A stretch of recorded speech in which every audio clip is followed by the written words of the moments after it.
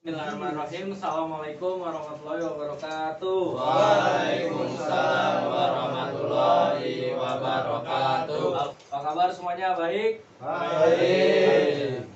Saya di sini akan mempresentasikan tentang pendidikan kemuhammadiyahan dengan judul Perguruan Muhammadiyah. Sebelum memulainya pembelajaran, saya akan menampilkan beberapa tujuan pembelajaran.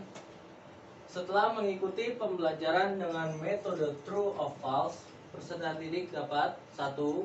Membaca dan menjelaskan sejarah berdirinya perguruan Muhammadiyah.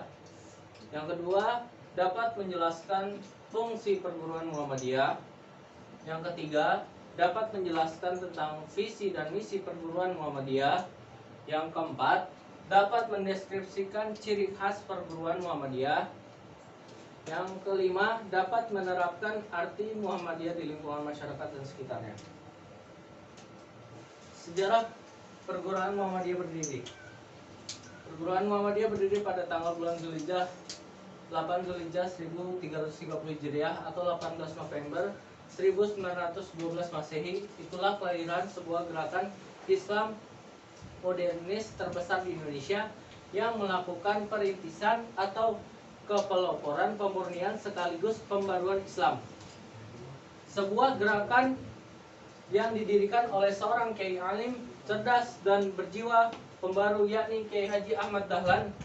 Kelahiran Muhammadiyah dihadirkan dengan sikap pemikiran dan langkah Kiai Dahlan sebagai pendirinya yang mampu memadukan paham Islam yang ingin kembali pada Al-Quran dan Sunnah Nabi dengan orientasi tajdid yang membuka pintu ijtihad untuk kemajuan, sehingga memberi karakter yang khas dari kelahiran dan perkembangan Muhammadiyah di kemudian hari. Yang selanjutnya adalah fungsi perguruan Muhammadiyah. Fungsi pertama itu adalah fungsi pendidikan. Fungsi pendidikan ini adalah menjadi sarana untuk membantu orang-orang yang tidak mampu supaya bisa bersekolah. Fungsi dakwah. Fungsi dakwah adalah sarana untuk mengamalkan kebaikan untuk kesejahteraan orang banyak. Nah, fungsi kaderisasi adalah untuk membentuk alumninya menjadi calon pemimpin Muhammadiyah yang mampu meneruskan perjuangan Muhammadiyah ke depannya. Selanjutnya, kita akan memasuki visi dan misi perguruan Muhammadiyah. Adapun visi perguruan Muhammadiyah ini adalah terbentuknya manusia pembelajar yang bertakwa, berakhlak mulia, berkemajuan, dan unggul dalam ilmu pengetahuan, teknologi, dan seni iptek sebagai berwujudnya tajdid dakwah amar ma'ruf atau mengajak kebaikan, nahi mungkar, mencegah hal yang buruk. Adapun misi perguruan Muhammadiyah adalah mendidik manusia memiliki kesadaran ketuhanan, membentuk manusia yang paling berkemajuan seperti berwawasan luas, berpikir cerdas dan memiliki semangat perubahan, mengembangkan potensi manusia untuk lebih mandiri dan membentuk kader atau jiwa kepemimpinan dalam bertanggung jawab terhadap umat dan bangsa. Selanjutnya kita akan memasuki ciri khas perguruan Muhammadiyah, keislaman dan kemuhammadiyahan. Karena pendidikan Islam lebih mengedepankan nilai keislaman dan tertuju pada terbentuknya manusia yang berakhlakul karimah serta taat tunduk kepada Allah semata. Selanjutnya saya akan mengulang lagi slide dari awal sehingga para kalian semua pada paham.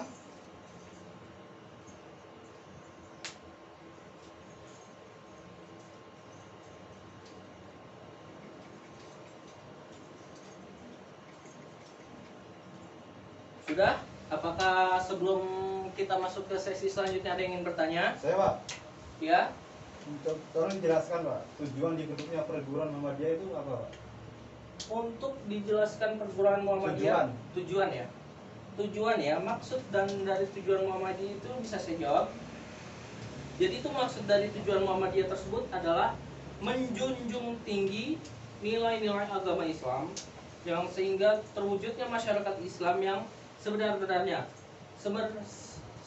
Dan selanjutnya itu, dan Muhammadiyah itu merupakan gerakan Islam dakwah amar ma'ruf nahi mungkar yang bersumber pada Al-Quran dan Sunnah dan Hadis. Ada lagi yang ingin bertanya? Selanjutnya, kesimpulan. Keberadaan perguruan Muhammadiyah memiliki arti yang cukup penting selain bisa ikut serta membangun kualitas dalam kehidupan berbangsa dan bernegara. Perguruan Muhammadiyah juga dimaksudkan untuk dapat menumbuh kembangkan menjadi manusia yang dicita-citakan oleh Muhammadiyah, yakni manusia yang memiliki peran dalam proses perubahan menuju ke depannya. Diharapkan para siswa ini dapat memahami dan menerapkan fungsi dan visi misi perguruan Muhammadiyah dalam kehidupan sehari-hari, dapat membawa perubahan di lingkungan masyarakat. Selanjutnya kita akan memasuki metode pembelajaran true or false, yang dimana metode pembelajaran true or false ini dimana saya akan membagikan sebuah kertas dan berisi pernyataan-pernyataan yang berupa benar dan salah, dan kalian akan mengidentifikasinya. Jawabannya benar atau salah itu terserah kalian sendiri dan disertai dengan alasan.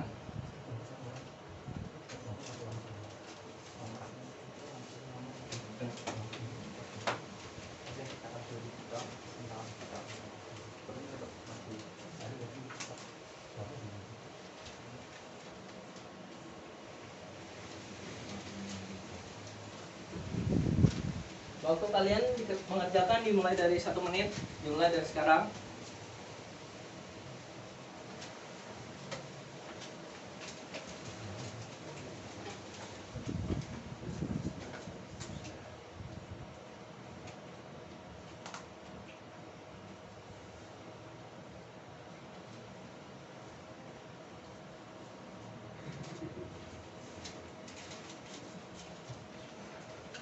Ya, sudah selesai. Saya akan mengambil semua kertas hasil dari kalian.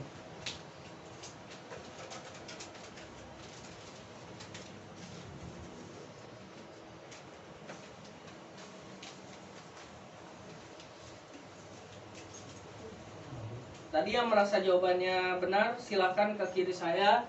Yang jawabannya salah, silakan ke kanan saya.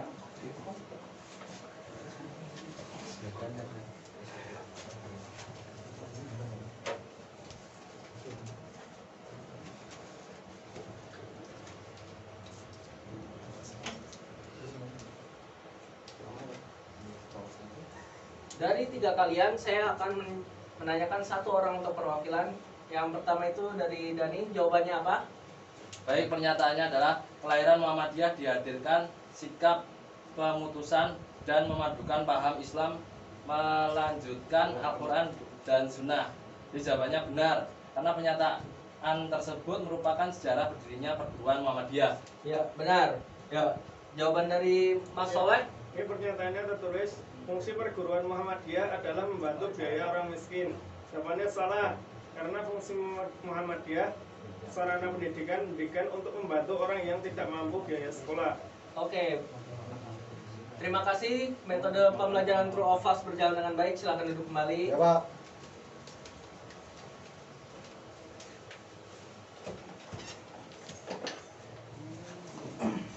Selanjutnya, sekarang kita akan memasuki sesi evaluasi pembelajaran. Di sini ada penilaian pembelajaran, sikap pengetahuan, tes, pilihan ganda dan esai.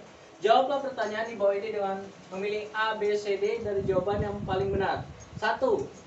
Tahun berapa sejarah perguruan Muhammadiyah berdiri? Ada yang bisa jawab? Saya, Pak. Ya, tahun berapa? A. 1912. Ya, benar. Jawabannya A, 1912 Masehi. Yang kedua, pendiri perguruan Muhammadiyah merupakan sosok ulama yang alim dan cerdas. Siapakah beliau tersebut? Ya, Pak. Ya, Alfian, jawabannya B. B. Ya, benar, Kiai Haji Ahmad Dahlan. Yang ketiga adalah fungsi sarana dakwah adalah untuk mengamalkan kebaikan untuk mensejahterakan orang banyak. Dari pernyataan tersebut termasuk dalam kategori. Siapa yang bisa jawab? Ya, Pak. Ya, jawabannya B. Fungsi perguruan Muhammadiyah. ya, benar. Dah itu saja ya yang dapat saya sampaikan. Kurang lebihnya mohon maaf kalau saya ada salah kata. Wassalamualaikum warahmatullahi wabarakatuh.